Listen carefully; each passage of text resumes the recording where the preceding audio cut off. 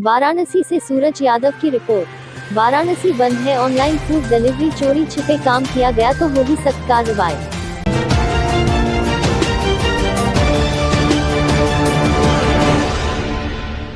जिलाधिकारी लॉकडाउन के चलते जिले में फूड डिलीवरी के लिए ऑनलाइन डिलीवरी कंपनी को कुछ दिनों के लिए अनुमति दी गई थी, जो 1-2 दिन चला, बाद में जिला प्रशासन के आदेश पर बंद करवा दिया गया। उस संबंध में शुक्रवार को जिलाधिकारी कौशल राज शर्मा ने बताया कि जनपद में ऑनलाइन फूड होम डिलीवरी पूरी तरह बंद है। उन्होंने विशेष रूप से जोर देते हुए कहा कि किसी भी रेस्टोरेंट को खोलकर होम डिलीवरी या बैठा कर खिलाने की कतई अनुमति नहीं है। उन्होंने कहा कि यदि किसी के द्वारा चोरी छिपे होम डिलीवरी आदि का कार्य किया जाना पाया जाता है तो ऐसे लोगों के विरुद्ध कड़ी कार्रवाई की जाएगी। लॉकडाउन में यह पूरी तरह प्रतिबंधित है और आगे भी रहेगा। दूसरी ओर डीएम ने बताया कि गंगापुर, लोहता, मदनपुरा एवं बजरीहा हॉटस्पॉट क्षेत्रों सहित अन्य जगहों से 180 सैंपल भेजे गए हैं। रिपोर्ट आने पर कोरोना पॉजिटिव मरीजों का पंडित दीनदयाल उपाध्याय राजकीय चिकित्सालय में इलाज कराया जाएगा। वहीं गोदौलिया दूध सिट्टी को शनिवार से मदागिन चौराहा पर शिफ्ट कराया जाएगा। दूध सिट्टी के लोगों को इसकी सूचना भी दे दी गई है। शनिवार से यह दूध सिट्टी मदागिन चौराहा पर शिफ्ट कर दिया गया है। इसके अलावा चितरंजन पार्क स्थित सब्जी मंडी को भी शिफ्ट करने पर विचार किया जा रहा है। जी सर।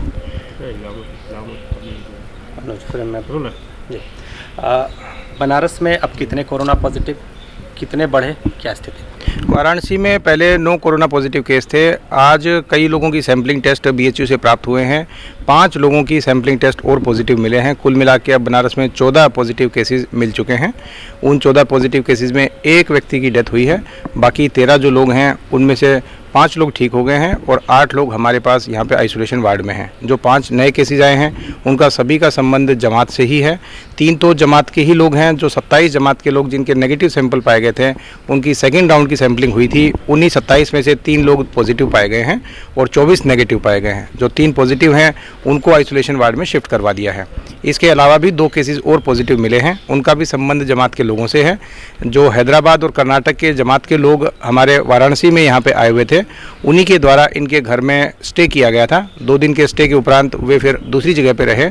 जिनके घर में स्टे किया था उन्हीं में एक 19 साल का बच्चा और एक 21 वर्ष की लड़की, उन 2 को पॉजिटिव पाया गया है।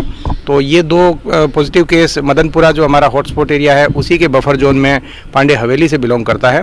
ये 2 केस और 3 केस जमातियों के नेगेटिव टू पॉजिटिव कन्वर्जन के, ये 5 केस नए ऐड हुए हैं। लेकिन इसके साथ ही 3 ऐसे भी केसेस हैं जो पहले पॉजिटिव थे और आज उनकी सेकंड नेगेटिव रिपोर्ट आ चुकी है। तो पहले से जो केसेस यहाँ पे थे उनको और वर्तमान के केसेस को मिलाते हुए अब तक 14 पॉजिटिव केस आए, 1 की डेथ हुई है।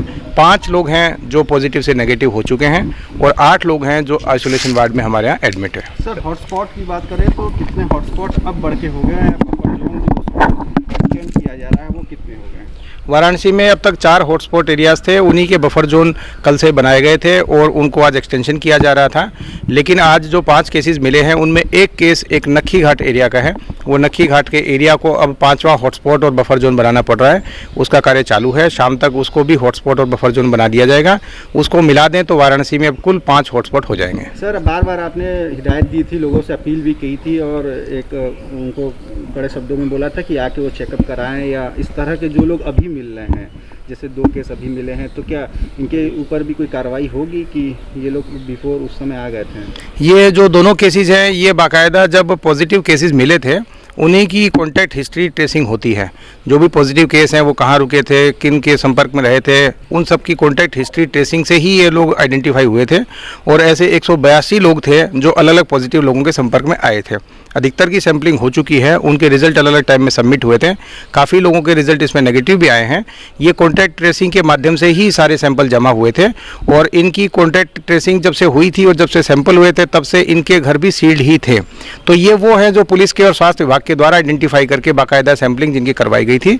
ये अन्य प्रकार के लोग नहीं हैं, जैसे फॉरेन रिटर्न होते हैं या अन्य प्रदेश से रिटर्न होते हैं जिनको हमें नोटिस दे के बुलवाना पड़ा था।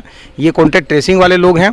इसके अलावा बाकी कॉन्टैक्ट ट्रेसिंग रिपोर्ट भी कुछ आनी बाकी हैं और वो रिपोर्ट जैसे जैसे आएंगी वैसी ही स्थिति क्लियर हो पाएगी कि इन सारे लोगों से जिनका भी कॉन्टैक्ट हुआ था उन सारे के बारे में क्या कवरेज है। सर, 2 बच्चे भी हैं, तो एक ही घर के, एक घर के 2 बच्चे हैं। एक 19 वर्षीय लड़का है, एक 21 वर्षीय लड़की है।